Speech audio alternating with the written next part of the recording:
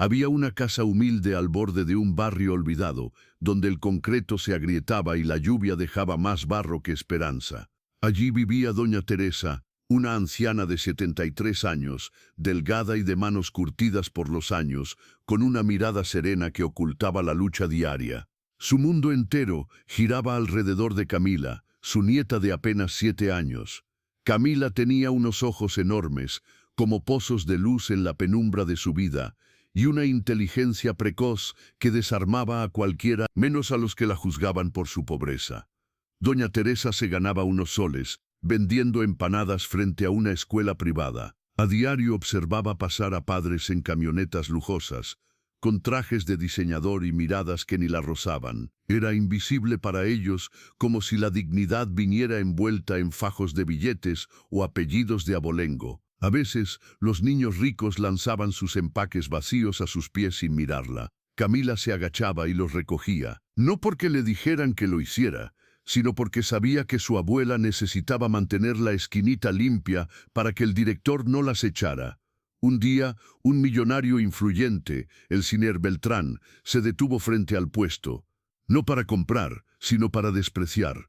Su hijo Tomás, alumno mimado de la escuela, le había dicho que una niña sucia lo miraba raro.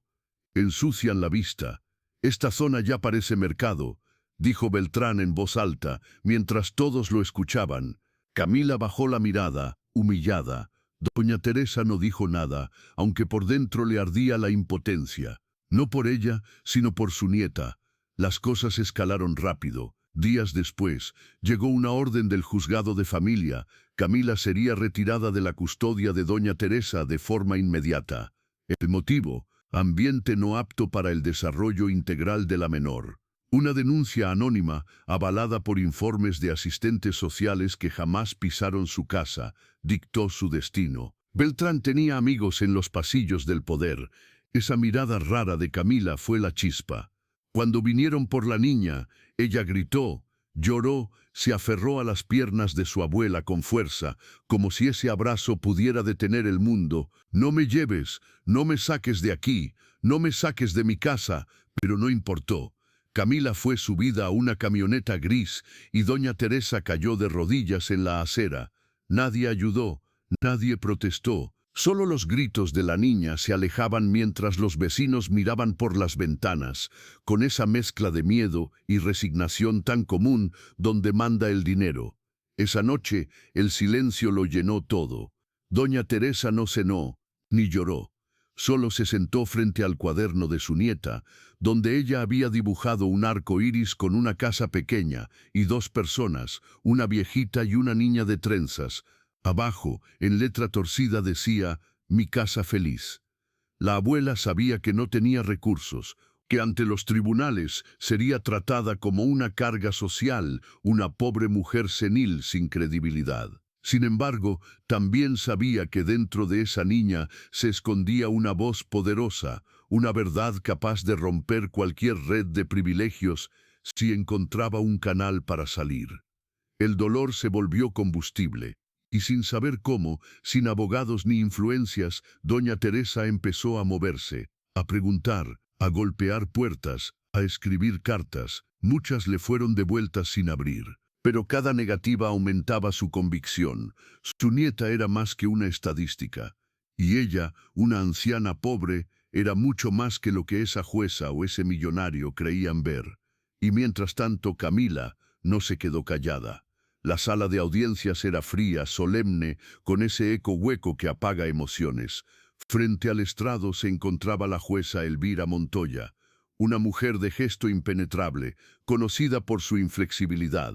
Había resuelto cientos de casos, pero este sería diferente. Frente a ella, de pie sobre un banquito para alcanzar el micrófono, estaba Camila, apenas 7 años, demasiado pequeña para comprender los engranajes del sistema, pero con algo más fuerte que cualquier alegato legal, la verdad. «¿Sabes por qué estás aquí, Camila?», preguntó la jueza con voz neutra. La niña asintió. Sus trenzas apretadas con cinta rosa se sacudieron. «Dijeron que mi casa no es bonita, que mi abuela no tiene dinero», dijo bajito, como temiendo fallar el examen más importante de su vida. «¿Y tú qué piensas de eso?». Camila levantó la mirada. Un segundo de silencio bastó para que los murmullos del recinto se detuvieran. Mi casa no es fea, huele a pan con queso, a veces se moja cuando llueve, pero mi abuela siempre seca mi camita primero, aunque se moje la suya. Eso hacen las personas que aman de verdad. La jueza frunció los labios incómoda. El señor Beltrán, sentado en la fila delantera con su traje caro y mirada impaciente, bufó.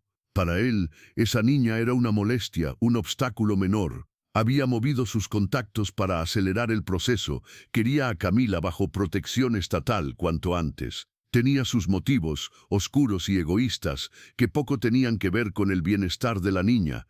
Mientras tanto, doña Teresa enfrentaba otra batalla. No tenía abogado, ni recursos, pero sí tenía algo que muchos en ese tribunal no: convicción. Empezó a hablar con periodistas locales, a compartir su historia en voz baja, en ferias, en mercados. Pronto, una joven periodista de un canal digital, Valeria Lozano, reportera sin miedo, con hambre de justicia, tomó el caso. Grabó a Teresa en su cocina, mostró las paredes limpias, el cuaderno con dibujos, la cama que compartían. El video explotó en redes. En solo 48 horas la historia era viral. Le quitaron a su nieta por ser pobre. Esta es la verdad. La presión mediática creció como fuego en sequía. Ante las cámaras, la gente opinaba con rabia. Eso no es justicia, eso es clasismo disfrazado de legalidad. Humillar a una abuela por vender empanadas. ¿Qué país es este? Incluso figuras públicas empezaron a cuestionar el proceder judicial. Pero Beltrán no se inmutaba. Estaba acostumbrado a que todo se apagara con dinero. Lo que no sabía era que esta vez había subestimado a la persona equivocada. De vuelta en la corte, Camila dijo algo que congeló el aire. Una vez escuché que ese señor, señalando a Beltrán con el dedo, dijo que mi abuela solo sirve para limpiar baños. Lo escuché detrás de la puerta de la escuela. Yo estaba ahí, esperando. Me dolió el corazón. Los murmullos fueron un rugido. La jueza pidió silencio, pero algo se había quebrado en esa sala. Una línea invisible de arrogancia y poder comenzaba a desdibujarse. Esa noche, mientras dormía en un albergue temporal, Camila soñó con su abuela, soñó que corrían bajo la lluvia, con una manta roja encima, riendo. Soñó que el mundo era justo, aunque solo fuera por un rato. Y en otra parte de la ciudad, Valeria subía un nuevo video, imágenes del expediente, declaraciones de vecinos, pruebas de manipulación. Beltrán estaba acorralado, y la jueza, por primera vez, empezaba a ver más allá del expediente. La jueza Montoya no dormía. Llevaba 15 años dictando sentencias sin que un solo caso le quitara el sueño. Pero desde que escuchó a esa niña, con su voz temblorosa y sus palabras cargadas de verdad, algo se removió en su interior. ¿Y si estaba cometiendo una injusticia? ¿Y si su neutralidad, tan pulida como sus dictámenes, no era más que una forma elegante de ser indiferente? Mientras tanto, Beltrán seguía moviendo sus hilos. Ordenó a su abogado que acelerara los trámites para declarar a doña Teresa mentalmente inestable. Mandó a hacer evaluaciones manipuladas. Tenía prisa, porque lo que nadie sabía, ni la jueza, ni los periodistas, ni siquiera su esposa, era que Beltrán había descubierto un secreto escondido en un testamento antiguo. Camila era heredera de una pequeña propiedad rural que pertenecía a un familiar lejano de su madre. Legalmente, al estar bajo tutela estatal o adoptiva, esa propiedad quedaría bajo control del adulto responsable. No era amor, no era preocupación, era codicia disfrazada de justicia. Pero los planes de Beltrán empezaron a tambalearse. Valeria, la periodista, había recibido una pista anónima, una empleada doméstica, despedida por el empresario hacía 2 años, quería hablar. Su nombre era Reina. Había trabajado en la casa de los Beltrán durante más de una década, y había oído más de lo que debería. Con voz nerviosa pero decidida, se sentó frente a las cámaras del canal digital y dijo: «Yo escuché cuando el señor dijo que quería sacarse de encima a la chiquita esa. Dijo que era una mosquita, que le podía complicar las cosas con sus papeles. Incluso hablaba con alguien por teléfono sobre acelerar la orden del juzgado. Era todo sobre dinero, nada más». El video se publicó un domingo por la mañana, y en cuestión de horas el país estaba en llamas. Las redes sociales se llenaron de comentarios, los noticieros de televisión empezaron a cubrir el caso, figuras públicas exigían una revisión inmediata del juicio. La historia se convirtió en símbolo de algo más grande, el abuso de poder, la discriminación social, el dolor silenciado de los pobres. En el albergue, Camila empezó a recibir cartas, decenas, cientos, niños que le dibujaban casitas, arcoíris y la palabra fuerza. Personas mayores que escribían, esa niña me recuerda a mí cuando era pequeña. Y en su cuaderno de rayas, Camila escribió una frase que terminaría en murales, pancartas y camisetas. No soy pobre, soy valiente. Y mi abuela me enseñó a no tener miedo. Mientras tanto, en el barrio, los vecinos que antes callaban empezaron a hablar. Testigos se presentaron, una señora del mercado, un chofer de combi, incluso una profesora suplente de la escuela privada donde estudiaba Tomás, el hijo de Beltrán. Todos contaron fragmentos de verdad, como piezas de un rompecabezas que revelaba la manipulación sistemática de una familia poderosa contra una anciana humilde. La jueza Montoya pidió una nueva audiencia, esta vez pública. Quería que todo se dijera de frente, con cámaras y testigos, algo que muchos interpretaron como un acto de redención, o al menos un intento de reparar el daño. Doña Teresa, con la misma ropa de siempre pero una fuerza nueva en la espalda, se presentó en el tribunal. No llegó sola, docenas de personas la acompañaron, algunos con pancartas, otros con velitas, todos con la misma palabra en los labios, justicia. La sala estaba repleta, no solo por los periodistas y las cámaras, sino por algo más poderoso, ciudadanos comunes que sentían que este juicio también era suyo. Personas de distintas partes de la ciudad habían llegado con pancartas, dibujos de Camila y rostros marcados por historias parecidas. Historias donde la pobreza había sido tratada como delito y el amor como prueba insuficiente. La jueza Montoya ingresó con paso firme.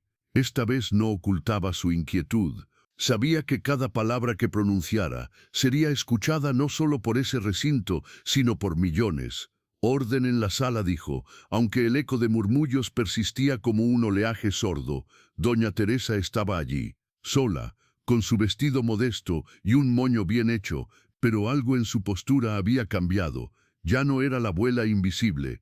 Ahora tenía rostro, voz y respaldo. Frente al estrado también estaba Camila. Había sido autorizada a declarar de nuevo, esta vez en presencia del público. Su voz no temblaba. En su cuaderno llevaba una carta. La había escrito la noche anterior, en la litera de un hogar temporal. Le pidió a la jueza leerla. Se lo permitieron. Con la hoja en las manos comenzó. Señora jueza, yo quiero regresar a casa. Mi abuela no es perfecta, pero me cuida con su corazón, me cuenta cuentos cuando tengo miedo, me abraza cuando lloro, me enseñó que aunque no tengamos mucho, siempre podemos compartir.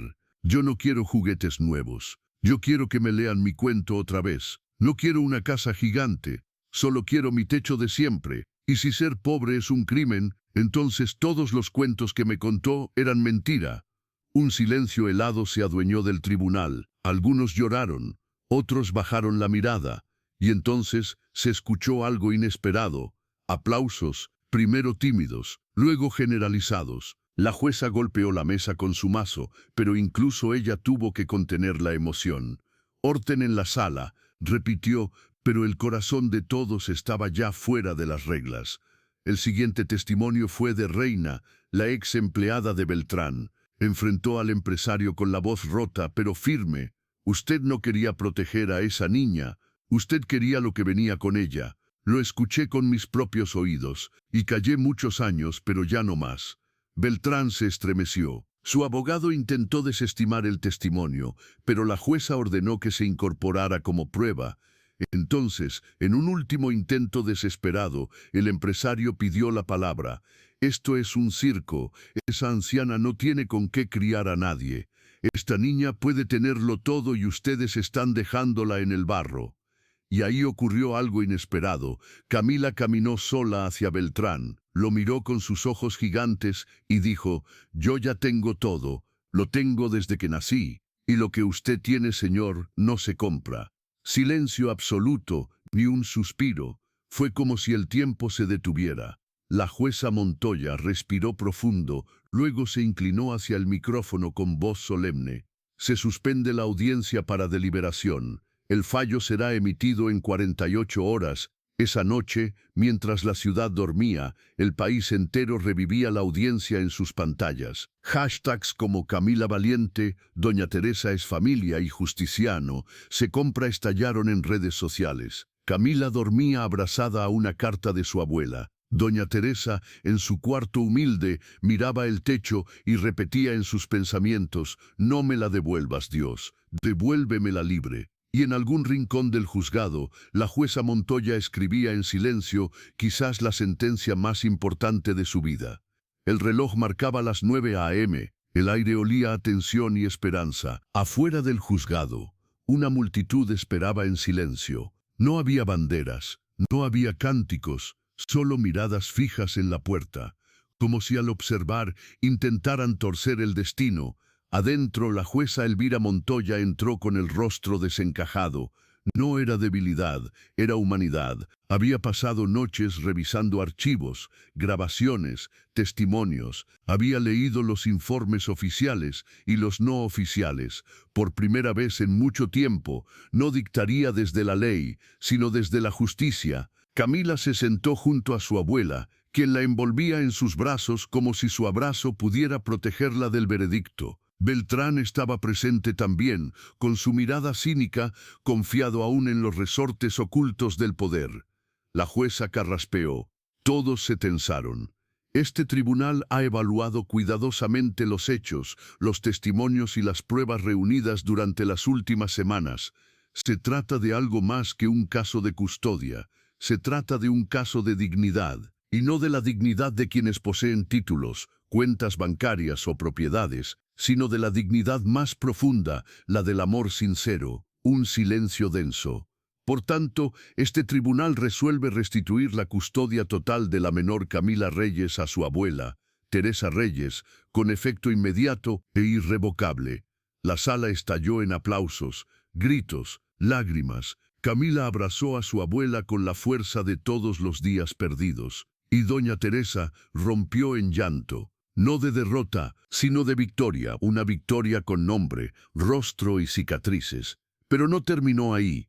La jueza agregó: además, este juzgado ha solicitado la apertura de una investigación contra el señor Beltrán por uso indebido de influencias, manipulación de informes judiciales y posible intento de apropiación de patrimonio ajeno. Beltrán palideció. Por primera vez, su dinero no pudo comprar el silencio. Y lo que sucedió después fue un fenómeno nacional. Medios de comunicación narraban cada segundo. Artistas urbanos pintaron murales con el rostro de Camila y frases como «No soy pobre, soy valiente». Instituciones se vieron obligadas a revisar cientos de expedientes. Jueces y asistentes sociales fueron reentrenados. Había nacido un nuevo símbolo de resistencia, y Camila solo quería volver a su cuaderno de dibujos. Esa misma tarde regresaron a casa, la de siempre, la pequeña, la del techo que aún goteaba, pero que ahora estaba llena de flores, regalos y una nota colgada en la ventana de un vecino que decía: «Perdón por haber callado, hoy todos somos Teresa». Camila corrió al patio. Vio que el cielo estaba nublado y por algún motivo sonrió. Sabía que si llovía, su abuela la cubriría primero, y eso valía más que 1000 sentencias. La cámara se eleva sobre los techos humildes del barrio donde todo comenzó. Un dron capta la calle de tierra, los murales pintados con frases de esperanza, y en medio de todo, una casa pequeña, con una niña en la puerta y una anciana en su silla de siempre. La historia de Camila y doña Teresa dejó de ser solo suya, se volvió de todos. Personas de diferentes lugares comenzaron a contar sus propias vivencias, abuelas que criaban a sus nietos solas, niñas que se habían sentido desplazadas, silenciadas, juzgadas. La historia de una injusticia encendió una revolución emocional. El caso llegó hasta el Congreso. Se discutieron reformas a la Ley de Protección de Menores, asegurando que los vínculos afectivos y no solo los recursos materiales fueran considerados. Se introdujo lo que hoy se conoce como la Ley Teresa, orientada a proteger a cuidadores familiares en situación de vulnerabilidad. Pero más allá de los titulares, lo que realmente cambió fue la percepción. Plano cerrado de Camila escribiendo en su cuaderno, voz en off de una narradora cálida, pausada. Me dijeron que era pobre, me hicieron sentir invisible, pero aprendí que nadie es pequeño cuando ama con grandeza, y que a veces los que no tienen nada son los únicos que tienen todo. Camila creció. Años después, ya adolescente, fue becada en una escuela gracias a una fundación creada a raíz de su historia. Se convirtió en defensora de la niñez y comenzó a visitar comunidades olvidadas, contando su historia, inspirando a otros a no dejarse definir por lo que el sistema dicta. Por su parte, doña Teresa jamás buscó fama. Rechazó entrevistas, cámaras, homenajes, pero aceptó solo una cosa: ser mentora de mujeres mayores que cuidaban nietos, huérfanos o hijos de otros.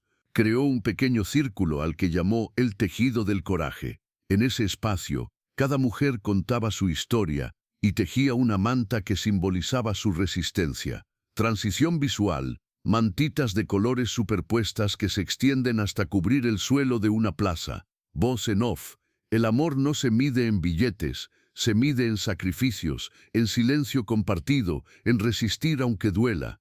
Y de Beltrán, solo se supo que fue condenado por corrupción y despojado de varias propiedades. Sus aliados se distanciaron. Terminó donde comenzó, solo, sin voz que lo defendiera, sin una sola frase que inspire memoria. Porque así actúa la historia con los que confunden poder con valor humano.